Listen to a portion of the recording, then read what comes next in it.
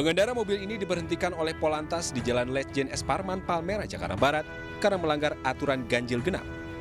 Petugas meminta pengendara untuk membuka kaca mobil, namun tak dihiraukan. Meski sudah dihalang-halangi, si pengemudi malah nekat kabur, bahkan hampir menabrak petugas.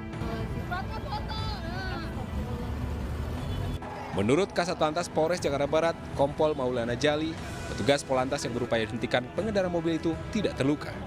Ada kendaraan dari S. Parman mengarah ke Selipi, tepatnya di halte busway Peninsula, itu memiliki plat nomor genap. Hanya di stop oleh rekan-rekan yang di lapangan. Tapi pengendara tersebut tidak mengiyakan. Akhirnya menabrak motor anggota yang pada saat parkir. Tapi sempat terkena ke anggota juga nggak, Pak? Tidak kena. Ya. Hanya motor. Terkena, jadi motornya keserempet, anggota untuk berhentikan untuk minggir, namun mobilnya tetap jalan. Pihak Polres Jakarta Barat kini berupaya mencari pengemudi tersebut. Dari Jakarta, Miftahul Gani melaporkan. Seorang residivis kasus pencurian di Pasuruan, Jawa Timur mengamuk dan menyerang warga dengan senjata tajam. Pelaku diduga depresi berat setelah cerai dengan istri siri.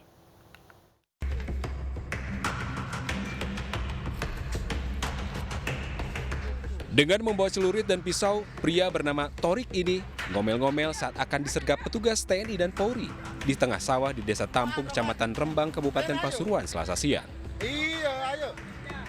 Seorang anggota Koramil berusaha mendekati pelaku, namun justru dikejar balik pelaku hingga terjatuh ke sawah. Pelaku terus berkeliling kampung membawa senjata tajam hingga suasana desa mencekam.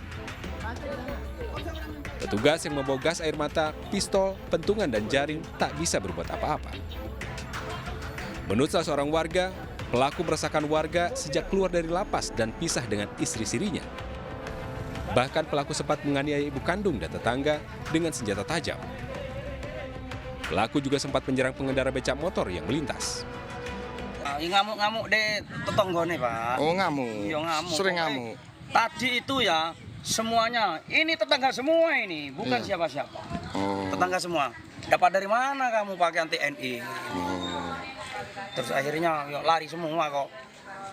Bawa celurit sama. Celurit ya, digitukan celurit itu. Tuh orang tuanya 3 hari 3 malam tidak dikasih makan, ya malah ditonyori tiap hari. Terus ya. Pelaku akhirnya berhasil ditangkap setelah dihadiahi timah panas di kakinya oleh polisi.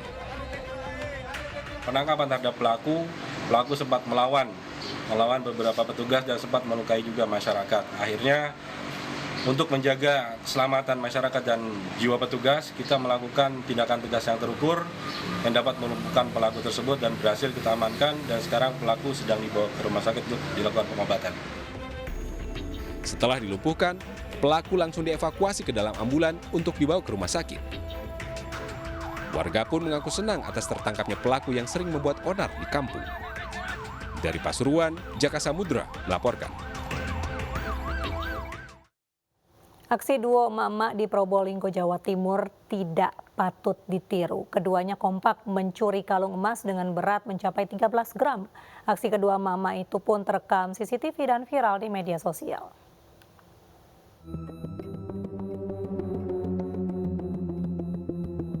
Beginilah rekaman CCTV dari toko emas Dewi Nusantara di Jalan Panglima Sudirman, Probolinggo, Jawa Timur. Dua wanita parubaya tengah memilih sejumlah perhiasan. Tidak ada yang aneh dengan kedua emak-emak ini, namun di detik berikutnya seorang emak-emak yang menggunakan kerudung menyisihkan sesuatu. Aksi kembali terulang di detik berikutnya. Tangan kiri emak-emak berkerudung menggenggam sesuatu dan menyisipkannya di bagian lain. Saat beraksi, dua emak-emak ini memang dengan cepat menunjuk dan meminta pegawai mengambil kalung di etalase. Sehingga perhatian pegawai teralihkan dan tidak menyadari ada kalung yang hilang. Nah, dia minta, kan orangnya agak sombong. Jadi kalau tanyain, katanya sih buat mahar. Nah, jadi... Ada dua kalung yang hilang dengan berat 3 dan 10 gram. Akibat kejadian ini pihak toko merugi hingga 10 juta rupiah. Saat ini kasus ditangani kepolisian setempat. Dari Probolinggo, Jawa Timur, Hana Purwadi, iNews melaporkan. Pemirsa, sebagai kontribusi dalam pertumbuhan ekonomi serta tumbuh kembang wirausahawan di Indonesia, program Wirausaha Muda Mandiri untuk mencari bibit pengusaha muda potensial kembali digelar.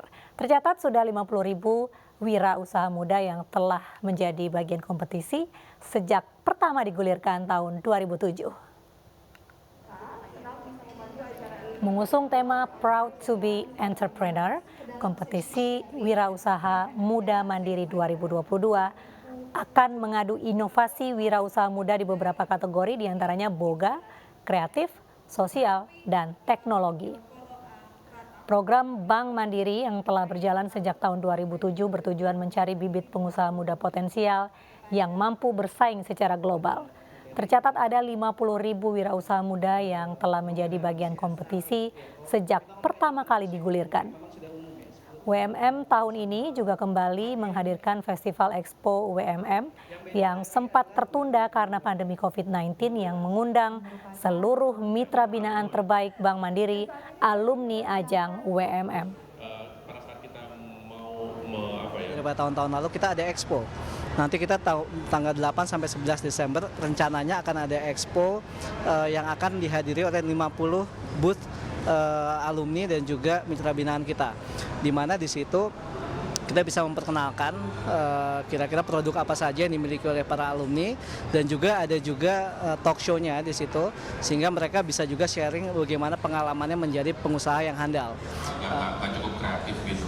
Termasuk dalam inovasi produk itu sendiri gitu, produk apapun harus yang sifatnya lain gitu ya, lain, dan yang paling penting ya esensi dari kreativitas itu apa kan, berarti mestinya membawa perubahan ya, membawa inovasi, membawa perubahan dan membawa manfaat. Sebuah bangunan toko di Banjarmasin, Kalimantan Selatan ambruk saat direnovasi. Informasinya di iNews Malam usai jeda.